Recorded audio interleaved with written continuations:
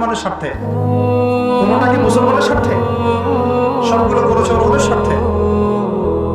ওখানে গিয়ে আমরা সর্বোচ্চ কি করতে পারি?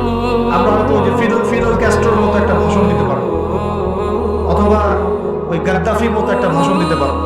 যারাই সেখানে দাঁড়িয়ে লম্বা লম্বা লেকচার দিয়েছে, গরম গরম বক্তব্য দিয়েছে, ওদের সবাইকে হয় মেরে দেওয়া হয়েছে না ওদের ক্ষমতাচ্যুত করা হয়েছে। আমাদের চোখ কবে খুলবে? এটা একটা কুফরি শক্তি।